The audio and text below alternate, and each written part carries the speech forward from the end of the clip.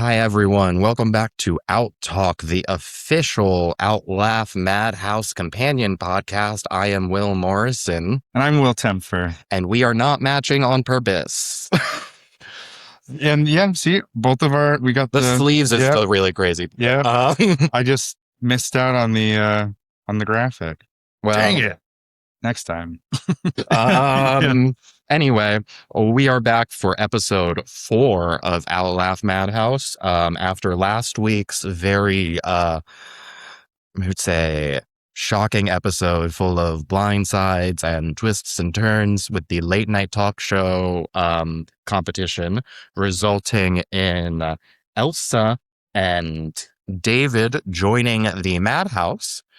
Then we finished off with a merger, and today we'll be seeing what's going on with that merged tribe as the contestants go back to individual performances before their first tribal council. And in the second house, we have our first Madhouse challenge that will allow one of the, 7 Madhouse contestants by that point to rejoin the game. I'm very excited about this. Yes, because all the contestants right now had to prepare something just in case they get eliminated from the first tribal. Yeah. And then enter the Madhouse. So the Madhouse people still have like a little bit of an easier go because they only had to prepare one thing. But what is it? But they're fighting for their life. They're fighting for their life. And 8 of the other people had to prepare 2, though. Yeah. Also fighting for their life in a way. But I don't know. I'm excited to see what happens. I'm a little sad we're not going to have a weird game or puzzle during the Madhouse challenge. I know. I do love a fun puzzle happening on stage. It is distracting. Like, I am so into both. So yeah. I'm like trying to look at both things. Yeah. And but it's very fun because there also is like an extra bit of, as we learned last week from Rachel, that there is kind of like a strategy to doing the game while with the comedy. There was definitely a strategy, and there's also a different form of alliances and stuff going on between these contestants are taking it seriously. And I did it at least last week's Madhouse. It did feel like it was mostly supportive. Like everyone's kind of like one person's going to make it back in, and right, one person, one person of the 7 at that point. But still, since no one's like getting voted out, it's a little bit more freeing, I think, for Madhouse contestants because it's sort of like you're against everybody, but I don't know, you don't have to like scheme. Yeah. An additional point this week, our judges are going to be past winners of Outlaugh New York seasons 1 and 2, Carolyn and Paris. Excited to see them back. They both played 2 very different games. Yeah. And I'm intrigued to see how they feel about the contestants this time. I think they'll definitely find them all funny. Every contestant has had their moments. Absolutely. So I think they're going to be a bit, who knows, strategic or random in who they pick to be safe. Because they know this game, they know what's at stake, and they're not just going to go like, I don't know, like they're actually going to be picking someone. Yes, they'll be first picking individuals from the merged 1 tribe. 2 will be safe from elimination this week. Thus setting up the tribes to eliminate the 7th member of the Madhouse, who will then go on to compete with everyone else.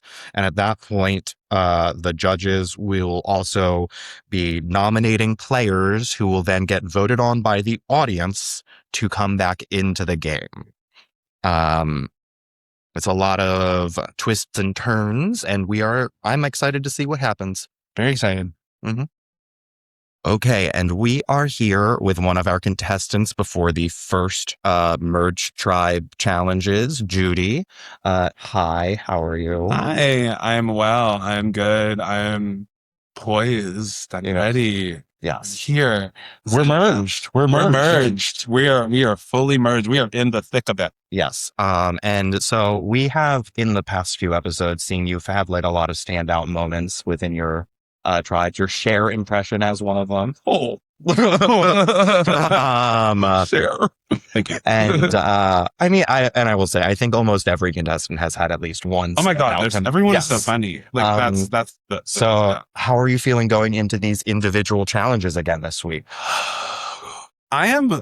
So this is like my thing. This is like my I think that one of the points of me doing this competition is to push myself and take my comedy to another level. And I experienced a lot of really positive things in the group challenges. I learned a lot about myself. I learned a lot about working with other people. And because I worked with other people, I was able to push some of those performances into places that I wouldn't have done because I'm only one brain. So like 5 brains is great. I love collaborating. That was like, my theater training has been very, very collaborative. And so like that was really, really helpful. And now I'm really excited to kind of get in. This is also like the number the number I'm planning to do today is something that I had already kind of started. And then I went through like I went through my like, oh my goodness, what are we doing? What do we have that's 3 minutes? What do we have that's like XYZ? The song that needed to be finished is 2 minutes and 50 seconds. I only added 5 seconds to it. And it's the universe a lot of times doesn't give you what you want. It gives you what you need.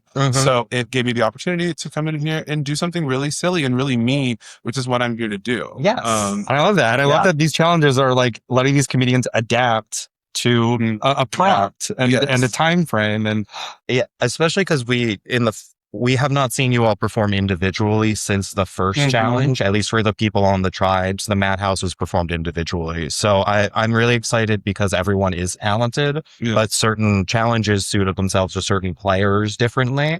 So now being able to watch you all like sculpt your performance again, I'm really excited. That's what I'm excited to do. I'm really excited to show you Judy, show you who Judy is, show you who Judy is versus maybe what you have been done her, which we've all heard what we've been done her. So we're going to let that sit. Okay. Absolutely. Yeah. And we can't wait to watch. Thank you. Okay. And we are here with our next contestant pre-show. We are talking with Loie. Hello. How are you doing? How's your preparations going now that you have your individual performances tonight? Well, so I got a fun prop bit going. I'm backstage getting prepped for that. I'm going to do a little live twisting, but some presets. So it could be anything. You know. Yeah, could be getting anything. Yeah. Otherwise, I'm just excited to like be each doing our own thing again. And like, I wrote a new piece for this week. So, I mean, that could be a bad idea, but I had a lot of fun with it, you know? The show is about pushing yourself. So writing things, finishing things you haven't performed yet. Like that's kind of the theme we're getting right now. Yeah. I love it. That's my favorite part of the show. It was just like adapting, trying something new and, learning how to do balloon art for a bit that you may never do again. Hell yes. So how are you feeling on the gameplay side of it? We are merged now. Yeah. It's the new frontier. It was a merge. And I basically feel like last week I kind of went from getting played to playing a little bit. Yeah. Like, the other weeks I ended up in the tie or like Carrie kind of, putting my name to other people. David in the first episode, putting my name there. So there was like a sort of satisfaction. You had a few votes your way. So, so it's kind of nice that like, people are going for me, but you're playing back just as hard. I mean, I don't know. I feel like my thing was like, listen, I actually like don't want to talk on the phone hella anything. Like I just want to get this a friend way. That's actually a no we've gotten from a lot of people, but I'll talk about people's like bids and like becoming friends and stuff. But like after like last week, I was like lying to David of like, yeah, we're gonna go for Franco all week. Kind of like already knew that was what I was gonna do. And it just didn't feel good. So like, I was like, I'm just going to play I want to. And I was like, I like these people. And maybe there's some like survivor strategic reason I should have like gone with the majority or whatever. But like, I just kind of want to play on vibes and like. Look, everyone's got to play their own game. You can't be compelled to play someone else's game if you are kind of noticing that it's not your game. Yeah. Yeah. So I felt kind of sick doing that. So this week, my goal wasn't to lie. It was just to like, be like, hey, like, how are we feeling? You guys helped me out with this last week. Are we going to move together again? Pressure. Cause I also don't want to pull the classic Carrie David, like play too hard. And then everyone be like, wait, yeah, I want to be a team player. I'm not trying to like be the, you're trying to one of the things I notice in reality TV, my show is Traders, obviously, not necessarily Survivor, is the people who play the middle often make it to the end, but you have to play the middle carefully, where you have to feel like everyone feels like you're supporting them in some way. Okay, also, it seems cute. Oh, that is And actually that's the vibes for today. Yeah, that is the vibes. We're going for love. Yeah, I'm not scheming. I just like. Who is? No, honestly, to me, though, I was like, wow, we've like known each other enough that we're like friends, and I'm kind of just like, I vibe with you, like, you know, so I trust you. And if you backstab me, it is a game, not to take it too seriously. And it also is the game that everyone signed up for, and it's also the betrayal and backstabby game that everyone signed up for. So like, it's at some point you have to play, and other people have to be okay that you played. So yeah, I think you have a really good outlook where you're like, I'm playing the game still, but I'm playing it on my terms. Yeah, I was like, I mean, I'm someone who famously has not watched Survivor at all. And so I'm kind of like, in a way that's like maybe a strength because like this is not Survivor. It's a group of comedians. And like I've been navigating groups of comedians for like a decade. And so I was like, you know, maybe I can play it that way. And like, I really like doing the team challenges because it was a great chance to like work with people and like find out their strengths and like, you know, show them that like I can support their strengths and stuff. And just like the fun of it. Yeah. I know I'm like being so wholesome. I like it. Thank you for chatting with us. Yeah. Thanks so much. And good luck tonight. We're excited to watch. Thank you. It's going to be fun. Absolutely. All right. Bye. Okay. Hi, everyone. Okay, we're here with our judges for tonight, former OutLaugh winners, Paris and Carolyn. How are you guys doing today? All right. Doing good. Yeah. This is exciting. Like, yeah, it's great to be on the other side of it. Yeah. So where we're at in the game, we just merged. This is everyone's first individual performances post-merge. So now we're going to see individual comedy again that we haven't seen from them since week 1. We also have a new thing this season where we have the Madhouse. So it's kind of like Survivor's Edge of Extinction where people got eliminated, but they're not out of the game fully. They can still come back into the game by performing a set. And you guys will be having a hand in bringing someone back into the game tonight. Jared will explain more of that on stage. But I'm excited that you guys are both here to kind of like do a little judging because you guys are former winners. And I think you guys played 2 winning games, but 2 very different games. Carolyn, I saw your season. You had you and Michael and Brandon kind of had an alliance from the very beginning, each individual comedy stylings. You stand up, Brandon improv, and Michael character. So you guys kind of stayed together and got yourselves all to the end. Yeah. And Paris, you were doing a really great social game. I think you even called it, you said like, I'm not saying this, but you said a villainous game. Correct. Paris was evil. Oh, it was fantastic. You really made sure that you socialize and align yourself with almost everybody so that you could kind of allow yourself the best way to get to the end. I mean, but also you're very funny and you won a lot of individual immunity. But this is just really exciting now because I'm not seeing a clear winner this season. It's very like, it's anyone's game still. This is very fun to kind of like see your guys' read on the media. So I think I'll start with, so what are you two both looking for right now since it is individual challenges? Anything specific you're looking for from contestants to like up their game to get the immunity idol from you? What are you guys looking for? I mean, I love when somebody takes a risk, but only if it pays off. Like at the end of the day, like funny is funny for me, but like I will find if someone goes like really out there in a way that hits, like yes, yeah, absolutely. And I think I am ultimately looking for strategy. I think that you can be strategic in the way you do your challenges. For sure. And I want to see that from the contestants. Absolutely. Well, what we will say is we'll see if the strategy goes to challenges. There is a lot of strategy in social gaming going on right now from the contestants. A lot of backstabbing has occurred already. Yeah. Not sure what you'll be able to see on stage about all that, but whatever you can gauge, I know. I'm going to be sniffing out vibes. You'll see it with the Madhouse, especially. Yeah. Interesting. It's interesting with Madhouse because I feel like, when you win Out Laugh, right, you don't really bring anyone back in. You're just eliminating.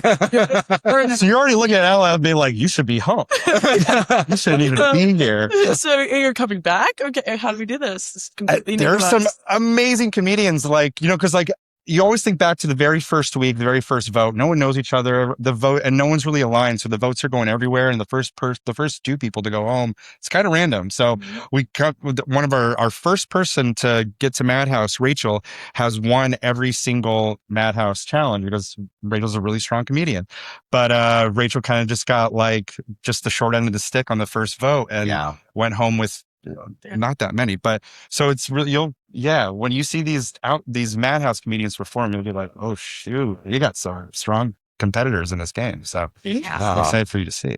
Any other questions? God, I think that, but thank you. Thank you. Cool.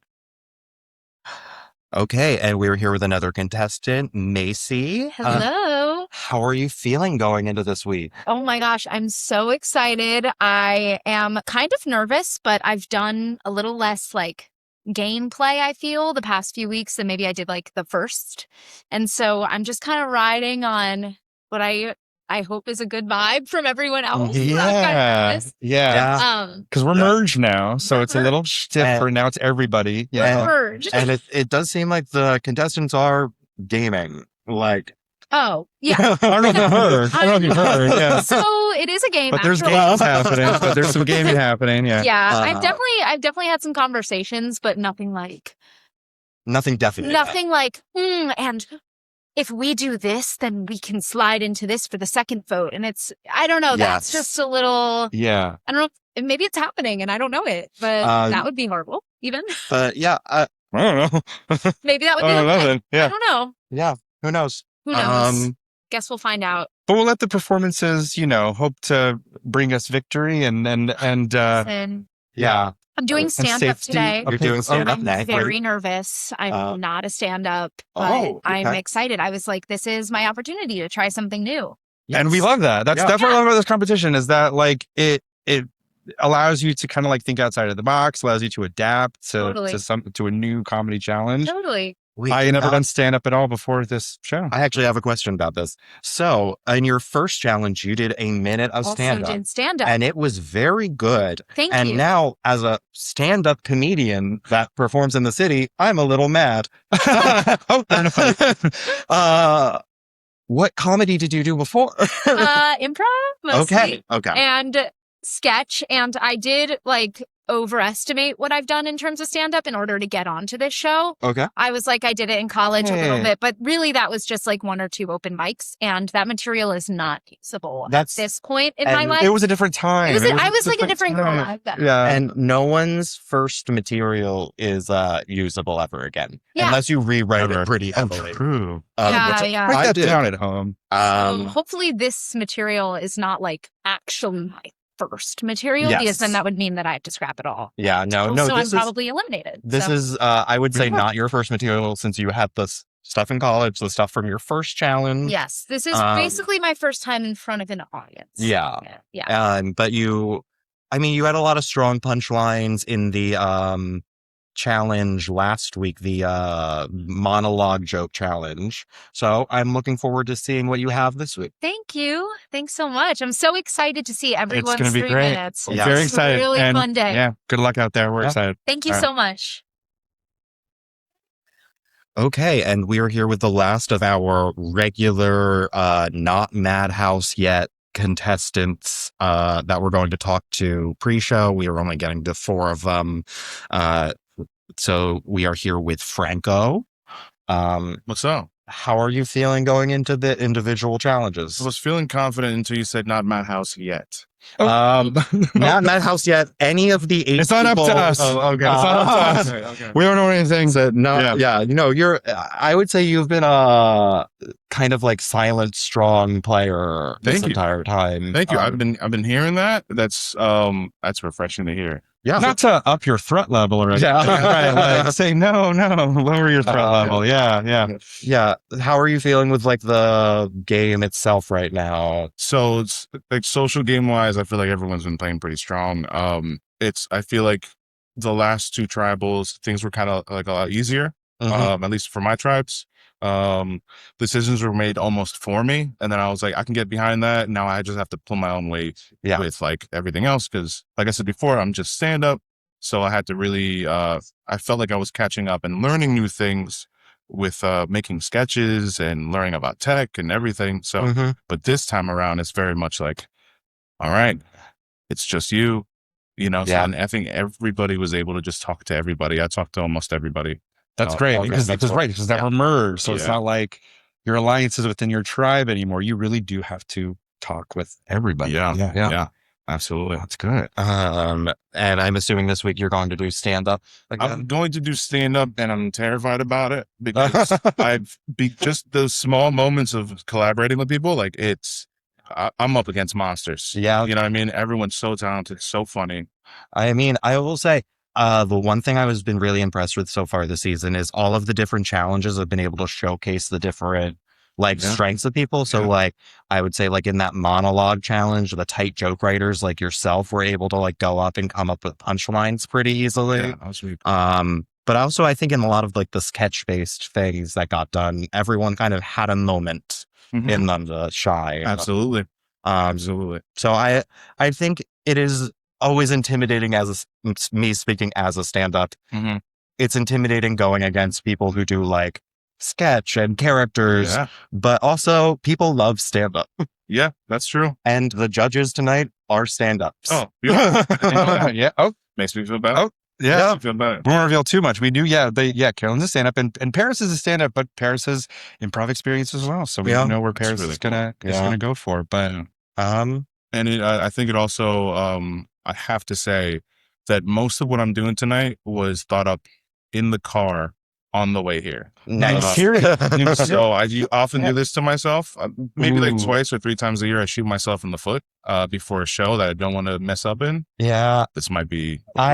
I very regularly come up with at least one brand new joke, and I would say they work 75% of the time, but it is a chance you have to take as a stand-up because you're like, well, I thought of this and it's funny to me.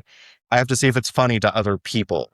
Yeah. And the judges could be looking for some risks. So new material is probably the risk that they want to see. Yeah. So I'm hoping so. Yeah. All right. Well, we're excited to watch. Good luck out there. Thank you guys so much. Yeah, absolutely.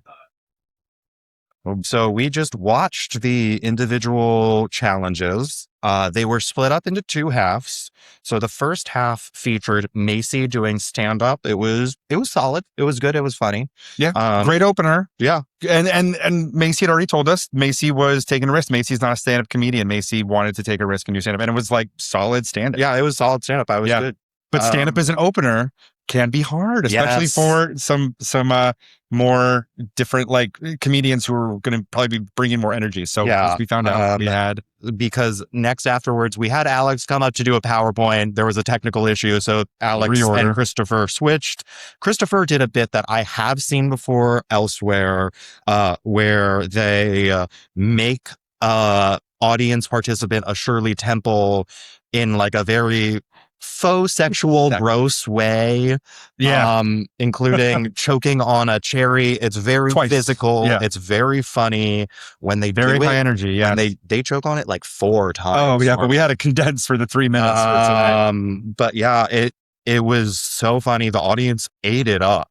Yeah. And then Alex went up with a PowerPoint about an argument that he has with his girlfriend that ended up just being something to make fun of Jared. And like we said in our previous episodes, attack Jared. And because the judges do appreciate it, because the judges have also attacked Jared in the past. So this did call to the judges a little bit, and it did kill with the audience. Yeah. And then finally for that first half, Loey went with a clowning bit. He played a party clown at a sex party and did a lot of like balloon animal work and a very gross cum joke. And it also, we also attacked Jared. Yeah. Well, lightly. It was actually very playful and very fun, but then bribed the judges. And which they gotta do. Unfortunately, the bribe did not work. So Carolyn judged the first half, and Christopher was the winner. Immunity. Yeah, and won immunity for that half. The second half then went up. It started with Charlie. Charlie did a series of characters, ending with a big like Austin Powers bit with music. My favorite was the Lin-Manuel Miranda talking about the current state of the U.S. government. That was great. Yeah, that was so funny. Great. Yeah, I like the Austin Powers on the. It was Austin Powers on the Guardia, and so it was just a very physical, just like the Austin Powers dance to. Yeah, and honestly, I think if we're bringing Austin Powers back into theaters, we should put Austin Powers at an airport. Yeah. Next up, we had Franco, who did stand-up about stand-ups losing things a lot, which was, I thought, so funny. And like Franco told us, it was a new bit that he kind of came up with in the car, and then actually had his own background for it, which was really cool. Yeah, the Owl Laugh Comedy Club. That was very cute. I liked it. And then search for an idol on stage. Yeah, then that was the second half of the stand-up. It was like, great. What if I just search for an idol and like audience participation? People enjoyed it. Next up, Emily went and did a character bit of a woman getting sick on the subway due to eating too much Chipotle and having to do a guided meditation not to fart, but ultimately shat herself. And she then cleaned that up with a picture of Donald Trump. And then it was just a shitty Donald Trump t-shirt. And it ended with a little bit of a dance. It was definitely an audience favorite. Yes, it was a hit, yeah. People loved it. It was very funny. And then lastly, Judy went with doing a lyrical analysis parody song of Wannabe by Spice Girls. And the joke was that the song's actually about it being an orgy. The analysis is that the song is about an orgy. If you want to be my lover, you got to get with my friends. I mean, what else could that mean? Yeah. What else could it mean? So Judy just told it to us straight. And it was like Emily's. It was like more tech heavy and very funny. Great high energy, great closer too. Yeah, and Paris. And it worked. Paris had to judge that one, and Judy won. That was a tough one to judge too. Those four were very strong. Then we went to tribal council. So Judy and Christopher had their individual immunities, and as everyone was going, people were going to vote. But when they were asking kind of questions pre-vote, Charlie made a comment about being certain he was not going to get voted out. Not going home tonight. And then everyone voted. And I believe 5 people voted for Charlie, 2 voted for Emily, and 1 voted for Alex. But before the votes were announced, Charlie revealed he had a hidden immunity idol. And he played it for himself. And so those votes did not count. And that was the type of juicy gameplay that this cast is known for. I love that our first idol play of the season was a successul idol play, really successful idol play. Devastating for Emily. It was devastating because Emily did so well in the challenge. Yeah. But it was a well-played social game. Yeah, but I played an idol my season and got 0 votes. So then I got voted out the next vote. So like when you want an idol play to happen, you want it to be successful. And this was very successful and very shocking. Yes. It was. The audience audibly reacted. Oh, yes. It was so good throughout. You got to come. You got to be here. But yeah, we're looking forward to the Madhouse, who gets voted back in. Let's see. Okay, so we are here with the 7th person voted out and sent to the Madhouse, Emily, who just got voted out in kind of crazy elimination because Charlie should have been eliminated but had a hidden immunity idol. He did. And you were kind of the casualty of the event. I love that fan. This is Sophia Crystal. I love you. But how are you feeling now? I'm fine, honestly. Yeah, like I'm my emotional support fans. I'm fine. Okay, yeah, that's fair. And if you're one of the people listening and not watching, we all have fans. They were provided by Emily. This is the final 8, by the way, and Emily went home with 2 votes. Yeah. Charlie got 5, but they did not count because he played an idol, and Alex got 1. So yeah, this is. Can I say though? Okay, there was conversation, but something Charlie said on stage, I was like, wait a minute.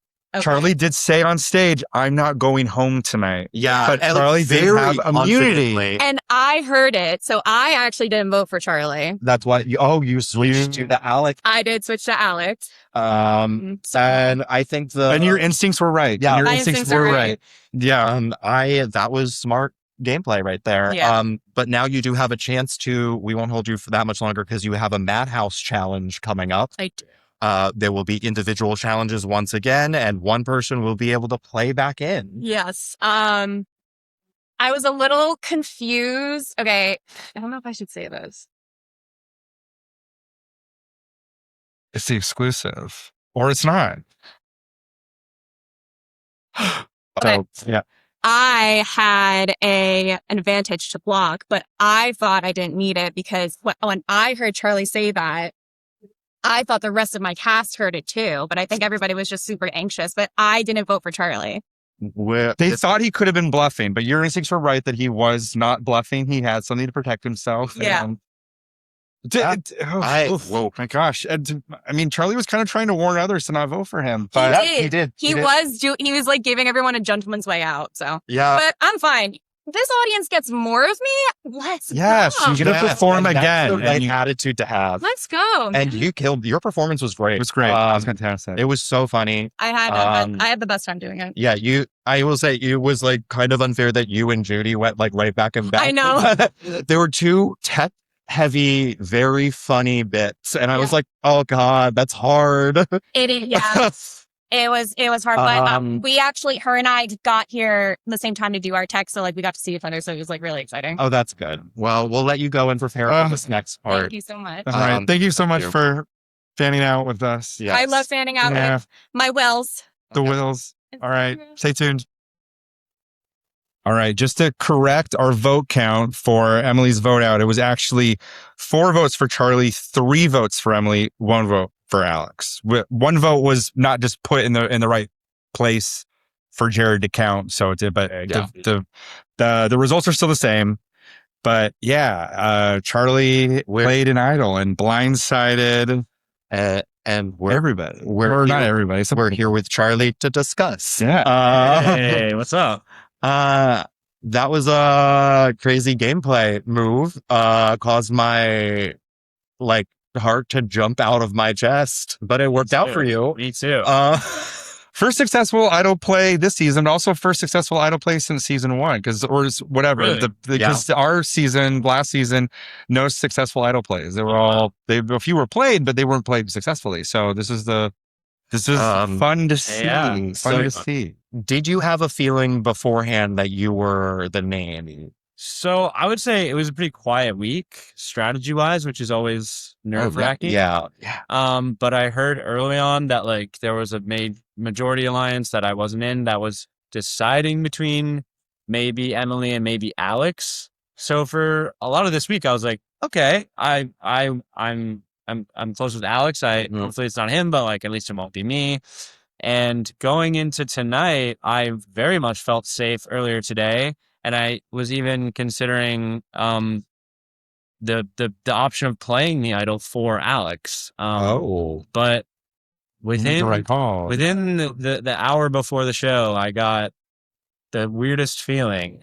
And after the blood moon on Survivor 50 last night, and my eliminator Carolyn being one of the judges tonight from season 1, I felt afraid and I needed to play it. Well, you said out loud at Tribal, I'm not going home tonight. I did. You tried to warn everyone. So you know what? No one cared. No. One person cared. Emily told us heard it in her interview.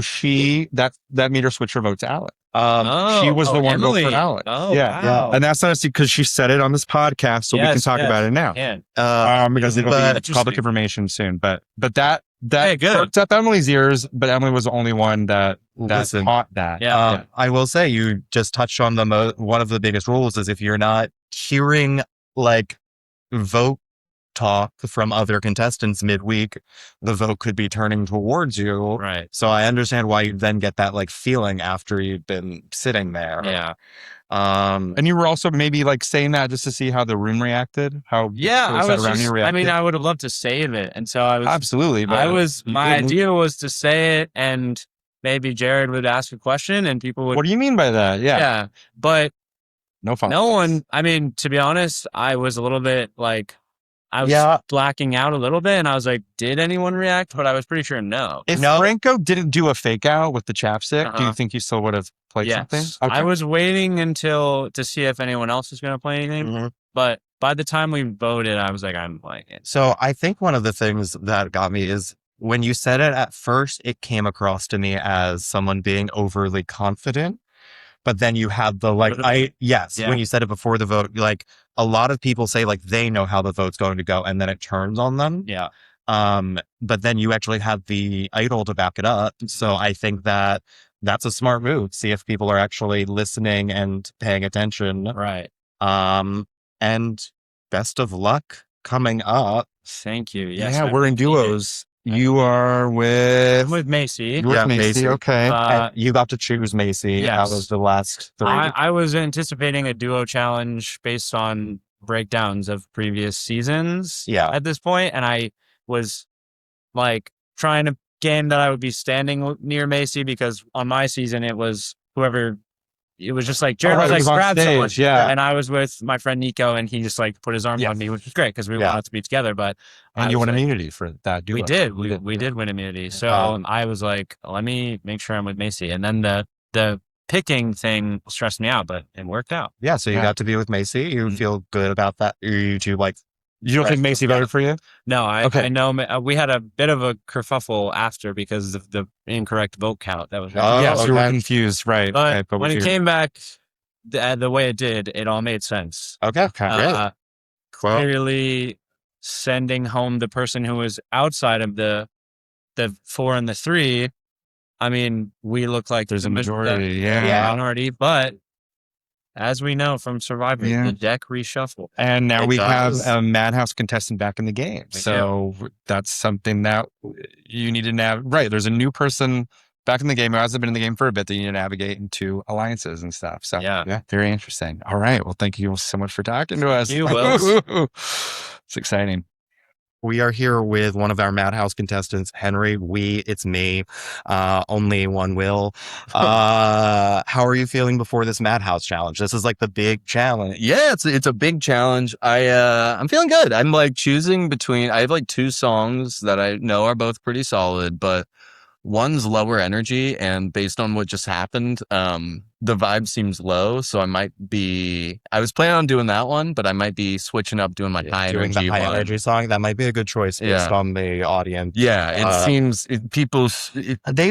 they over the course of the 8 contestants in the first half did warm up a bit. Yeah. So I think you could be safe, but I would do the high energy. I'm doing high energy. Even though the low energy one has such a fun costume, but you know what? Fair. We'll save it for another time. So you do musical comedy too? I do a little bit. Okay. Yeah. I was mostly like a little music boy in college, and then I kind of started focusing on comedy a lot more. We have very similar backgrounds. Lovely. We'll have to trade EPs. We will talk about that later, but how are you feeling about the challenge? Are you excited for seeing what everyone does for it? Yeah, I mean, I think I'm just excited to see what people do. Okay. I love, it's 3 minutes, kind of open, open structure. So people are bringing in some freak shit and some fun, weird stuff. And it's always just fun. Okay. See people's voice and see people who are like developing their voice. And it's just a good time. Yeah. Okay. Well, great. And I'm excited to see what you do. And thanks for chatting with me. Yeah, of course.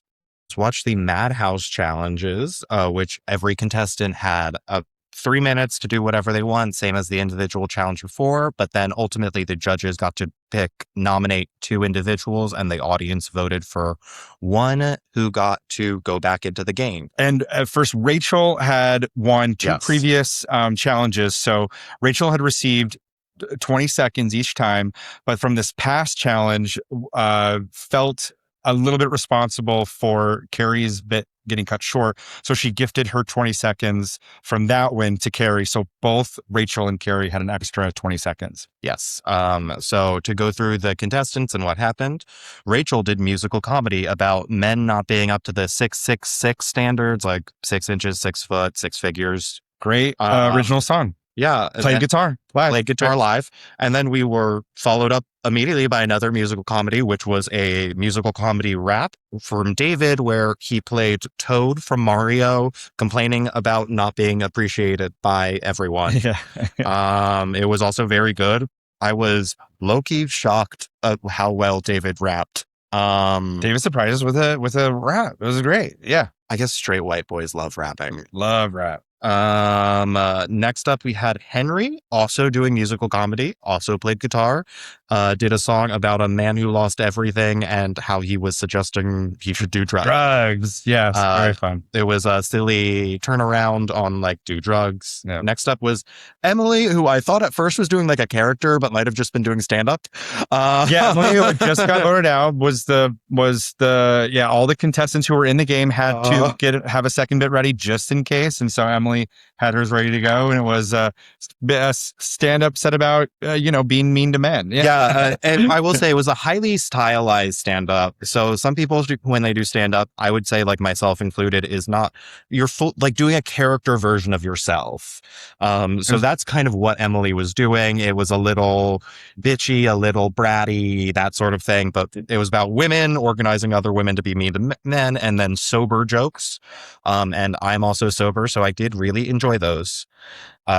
Next up, we had Carrie, who had the extra 20 seconds. Carrie did a number of characters. First, a New Zealander whose accent causes words to have like dual meanings, like Ren, like remedy, job. It sounded like decking company, New Zealand, but it sounds like deep. It was a bunch of sex puns using the New Zealander accent. And then this was my favorite part of it, the ASMR Survivor elimination. A very big moment from Survivor was when Wentworth played an idol for herself and had the majority of the votes. So all of the Wentworth does not count, but Carrie did that as an ASMR bit. So it was so good. And ended with a quick monologue from August Osage County. This was great too, because she said she was in that. She had a shirt from the play, and it had Madhouse on it. Yeah, it was very funny. It was very well thought out and directed towards Jared. He goes, "I just need an audience to direct this towards Jared," and it was just a great little monologue. It was so funny. Yeah, it was very good.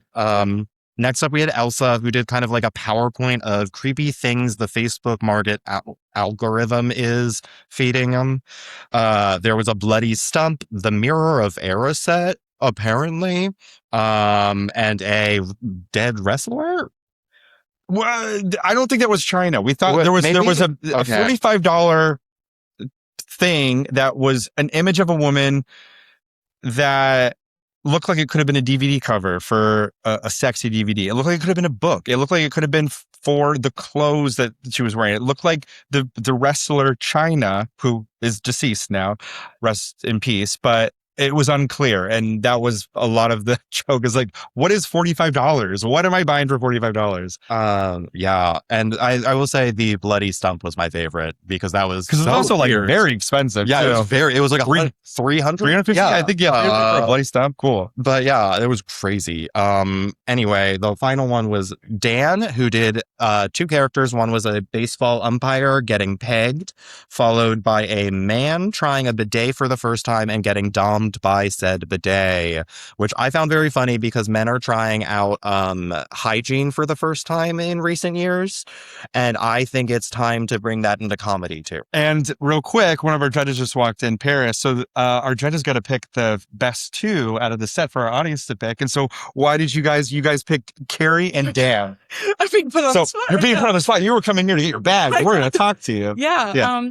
It was a really tough call, but I mean, we both were really, we both immediately were really set on Carrie. We thought that Carrie just crushed that, like top to bottom.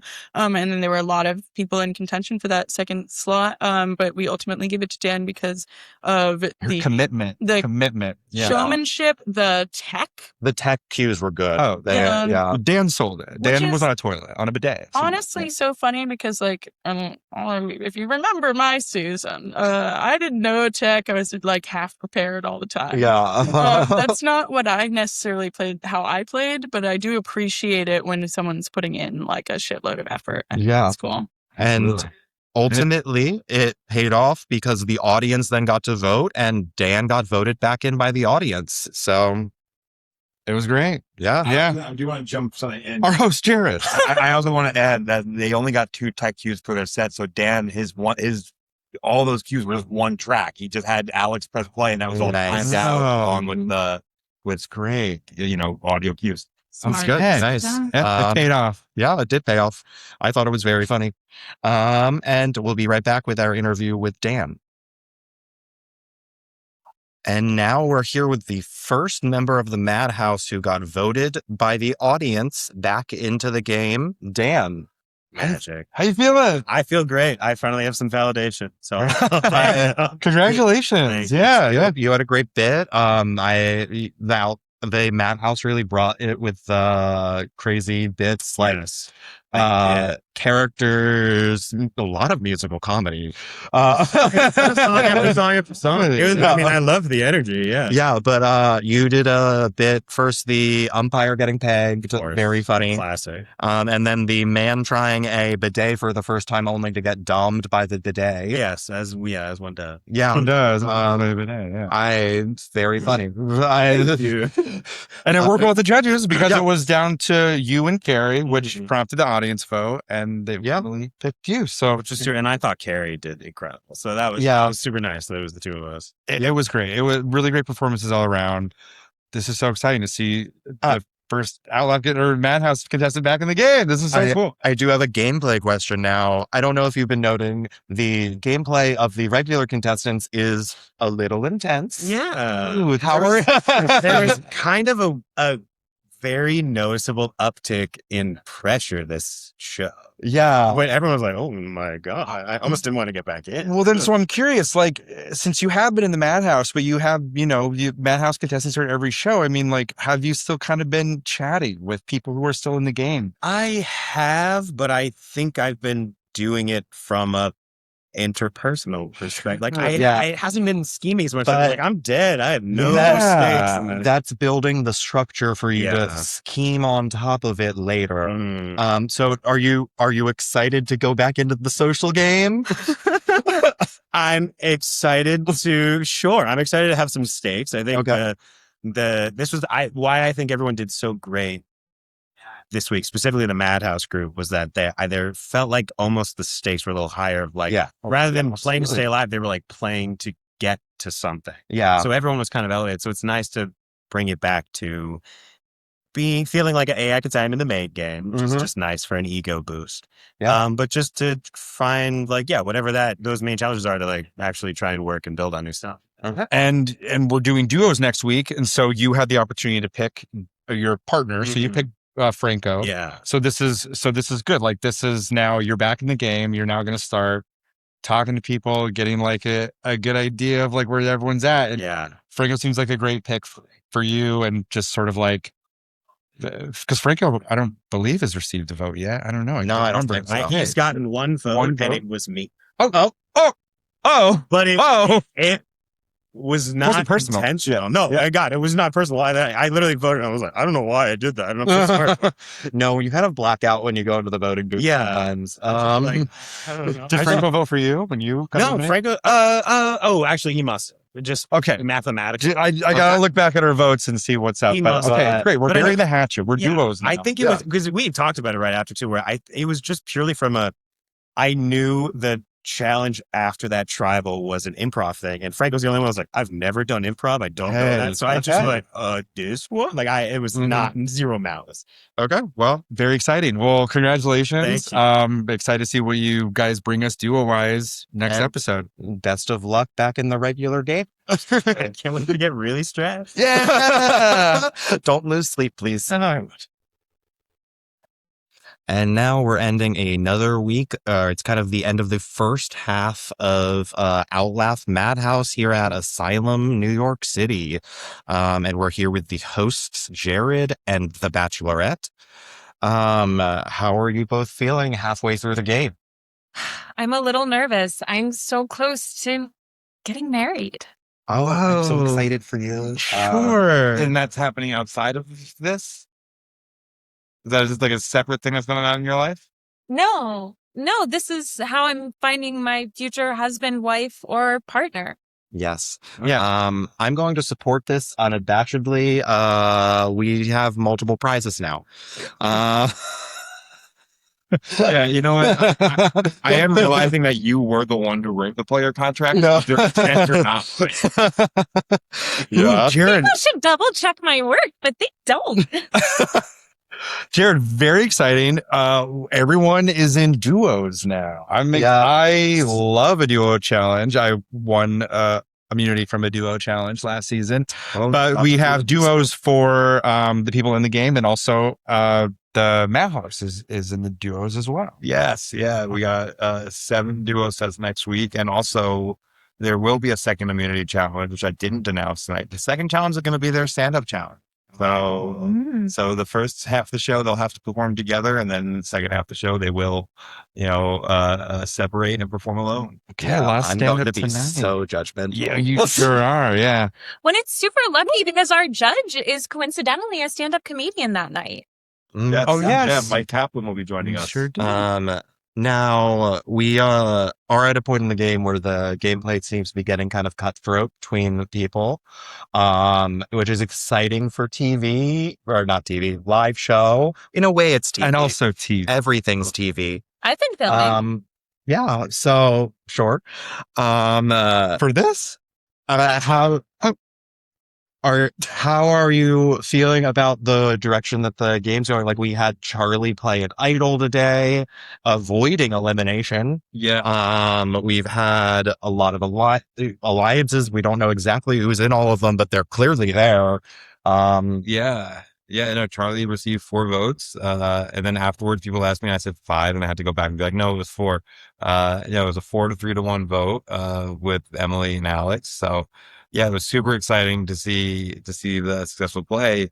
Was there a successful idol play in your season? And I was we got a little interview with Charlie, and I had pointed out that our season had a few idol plays, none of them successful, or like none of them were necessary. Yeah. Well, I mean, actually the first one overall, somebody from the audience did play an idol for Andy. Correct. And Andy didn't have to draw a rock because of that. Exactly. Yeah. That reminds me of my trauma. But in the first season, or the first season of the reboot, it's like talking like it's Australian Survivor at UCB. We did have a successful idol play from Dylan Smith down the finals. I remember, yeah. Final 8, I believe, final 7. Everyone was on stage, and during tribal council, I realized they were all texting each other. And Dylan looked around and saw, well, no one's texting me, and so he played his idol, and it negated the votes for him. Wow. I believe. And Charlie announced during this tribal that he said, I'm not going home tonight. And the only person to catch it was Emily. So Emily swapped her vote from Charlie to Alex. Wow. Yeah. Which we can say because it was revealed in this podcast. Yeah, we talked about it. Yes. Yeah. Yes. Because she clocked it. She was like, I got to switch my vote. But you can't. I don't know. They didn't know about the cell phone thing from 2 seasons ago. Yeah. If only they were watching like I was, they would have known that they could start texting each other on stage, have a live tribal. Now, another thing during this episode, we had the first Madhouse challenge to get people back in, and I would say the Madhouse contestants brought it. Yeah. Like across the board, we had musical comedy, we had characters, we had a very stylized stand-up set. We had a PowerPoint, and then ultimately Dan got back in. It's exciting, but how did you feel about the first Madhouse challenge? I thought it went great. I thought that Paris and Carolyn, really, they really thought about their choices. They didn't just, pick out of nowhere. Excuse me. When I went to bring them on stage, I could see they were like really arguing, deliberating about what they wanted to do. They were taking notes. Yeah. They were taking notes like how I take notes for this podcast. Yeah. We got little notebooks, guys. We got little notebooks. I am truly scribbling the entire show. But Paris and Carolyn really took it seriously. Bachelorette, were you glad that they were taking your future romantic life that seriously? I really was. I was worried they might pick someone ugly, but Jared didn't cast any ugly people in this show. So I'm really lucky. But I think they chose so wisely. The saying, you have to go big or go home. They were already sent home, so they had no choice. I want to put it on the record that I don't factor in how ugly I think somebody is when I'm casting the show. Yes. And why is everyone so hot, Jared? I will say, you got to get with that. Outlaugh, New York season 2, I would say was the hottest, but that's just a personal opinion. You do raise a really good point. But the most wills. Yeah. But Madhouse is pretty good. Anyway. Everyone's hot. Everyone's hot every show. I did want to bring up one thing that you said. You stopped the show for a bit to point out the logo this season. Yeah, there's a building in it. Yeah, Dylan Trahan, our great graphic designer. When we came up with the idea for Outlaugh Madhouse, we were just talking about what we thought were like some of the spookier buildings in the city, and I really do think the Dakota, up on Central Park West, really like I shiver when I walk past it. It's so weird and out of place. Well, because it's not in Dakota. Yeah, that's why. North or south. But anyway, that's just a fun little tidbit about the logo. Could mean something, could mean nothing. Who knows? If any contestants actually watching this, you should check. But anyway, thank you for talking with me. Thank you. Thanks for having us. We'll see you in 2 weeks. Yeah. Yep. Oh, 2 weeks. Finishing off now. Thank you everyone for listening to this episode of OutTalk, the official companion podcast for Outlaugh Madhouse. Outlaugh Madhouse has been Thursdays here at Asylum, New York City. We will be back on April 16th, so please get your tickets, come to the show. It'll be an exciting show featuring duos of our contestants. This podcast is produced by me, Will Morrison, with help of my co-host, Will Tempfer. And the show Outlaugh Madhouse is produced by Jared Laxer with the help of the Bachelorette, who may or may not be played by one L. Rochford. Please subscribe to the podcast on YouTube or on your favorite audio streaming service. Follow Outlaugh on Instagram at Outlaugh Comedy. Thank you. Bye.